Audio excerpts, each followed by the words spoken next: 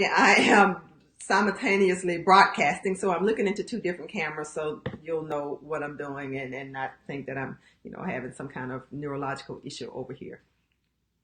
So before I jump right in, because I want to jump right in, it's late and I want to get you off of here and on to the rest of your nightly activities.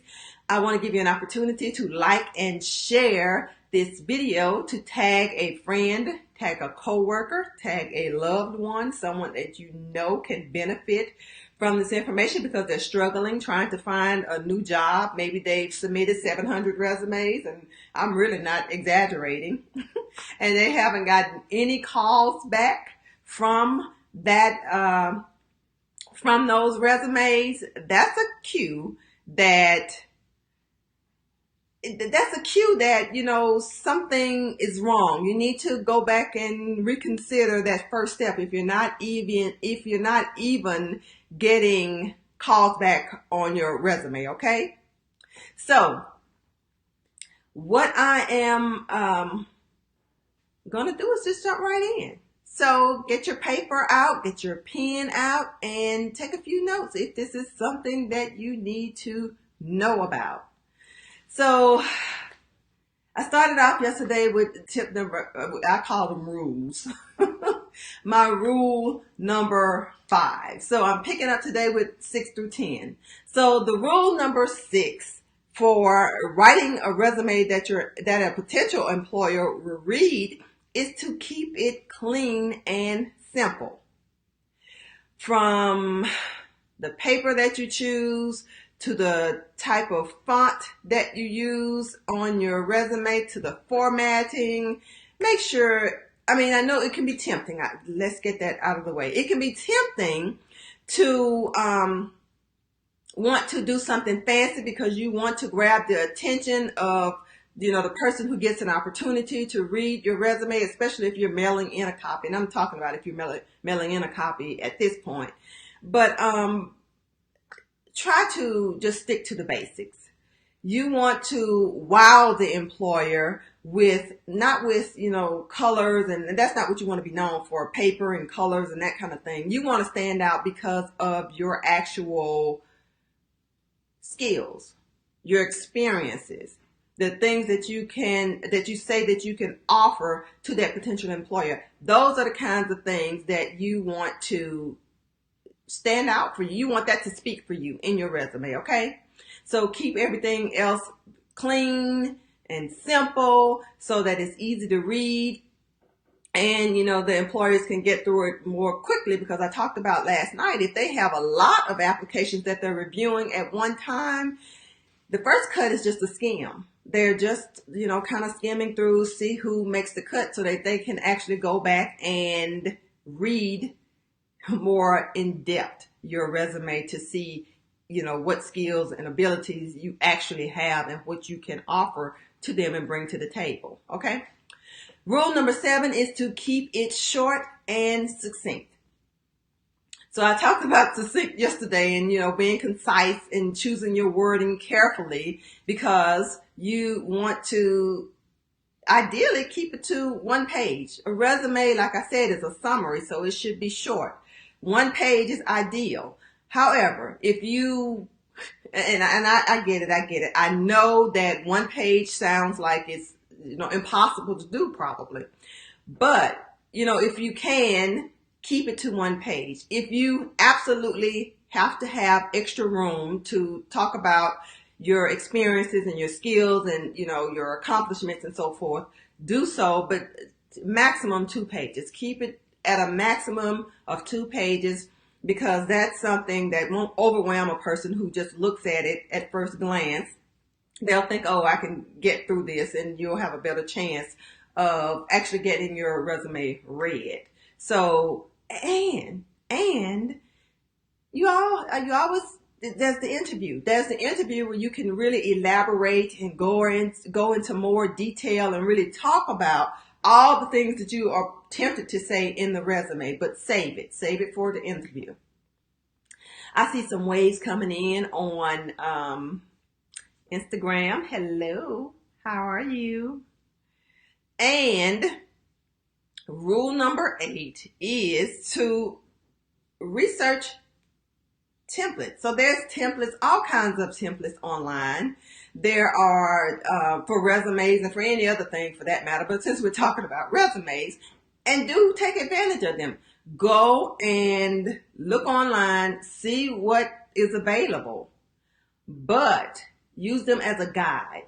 Don't be tempted to take what you see on the internet and use it, exactly in the format that it's in, because if it's on the internet, everybody else is seeing it and using it as well. And so if your purpose is to stand out, then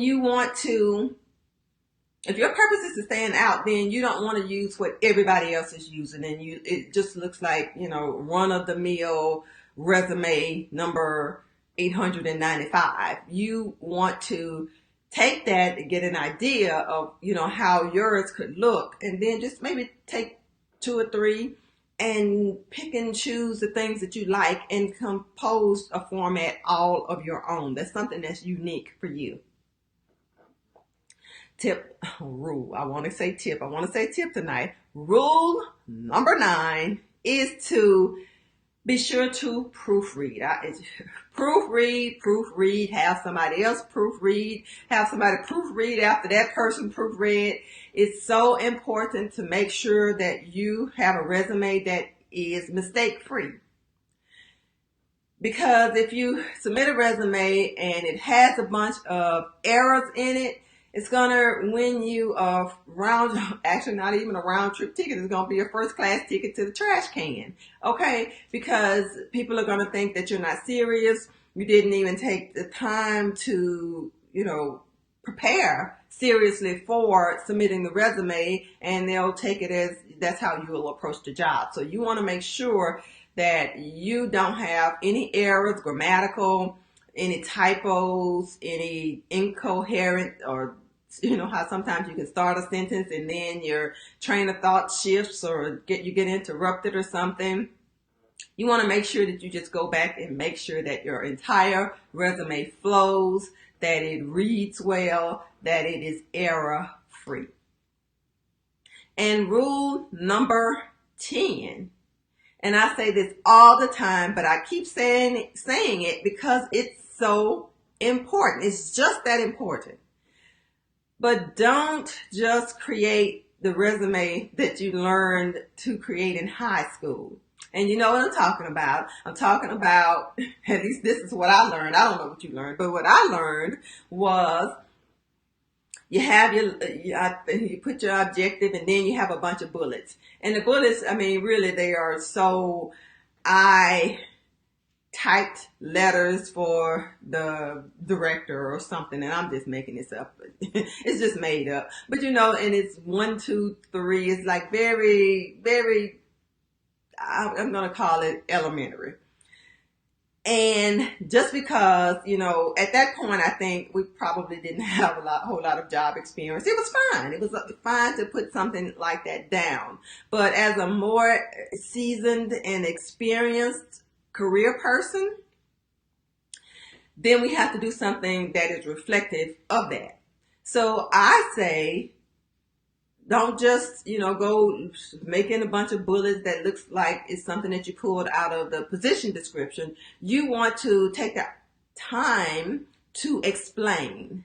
So explain or elaborate on your skills, elaborate on your experiences. Sometimes I refer to it as telling a story. Like I said, it's not really telling a story, but it's giving a little more detail to that single bullet that we were taught to use to help the employer to understand the depth of your experience, the level of your skill set, how you used it, so that they can understand what it is that you can offer to them in their employment position that they have open. So you want to be able to try to make a case. So, and don't forget, you only have that 1 page, 2 pages max. So you can't write, really long paragraphs or whatever. You have to be very careful with the words that you select that's going to highlight your skills and your experiences. And don't forget to put that little, now this one can be a sentence. After you talk about your skills and your experiences and you elaborate on them a little bit, I like to put a sentence right up under that that tells what my accomplishment was in that position. So it not only says these are the things that I did, but it says this is an impact that I had when I did those things in that position. This is something that I got awarded for. This is something that I, got some kudos for, or whatever the thing happens to be. This is where I saved my company a lot of money. This is where I created something that created, mad efficiencies in my organization. And it really helped, to catapult us to the next level, whatever it happens to be. I'm just making things up. From your real experience what that XYZ thing would be. But that's what's going to help to make you to really stand out and to really shine with the employer, is when they can clearly delineate what it is that you're bringing to the table, what you've been able to accomplish in the past. And if the past is a predictor of the future, then they know that you're going to bring more of that thing with you to their job, and they're going to really want to talk to you to find out more about it. So those are my 10 tips on things that you can do to create a rock star resume that employers will actually read. Okay. So before I leave, I want to share with you, and I'm just, at this point, I'm sharing with you the fact that I am going to be releasing a career plan. It's a career action planner. It's called Your Next Level Career Action Planner, which is going to complement all of these things that I've been talking about and help you to figure out how to successfully plan out actionable items that you can be held accountable for. And we'll talk about how you can do that, so that you can make sure at the end of this year, by December 31st, 2019, you have accomplished the goals that you set for yourself in your career right now in January of 2019. And all about resolutions. People make them and they are good for a couple of months and then they kind of fall off. This is meant to help you to stay on track and to keep moving forward and making progress. So I'll be sharing more with you about the release date as it comes closer. But in the meantime, if you are undecided about what that career path needs to look like, but you want to make a change, I have an absolutely free 3-part e-course entitled Career on Fire, 3 Steps to Your Next Level. And it's about an hour worth of content broken down into 3 different segments.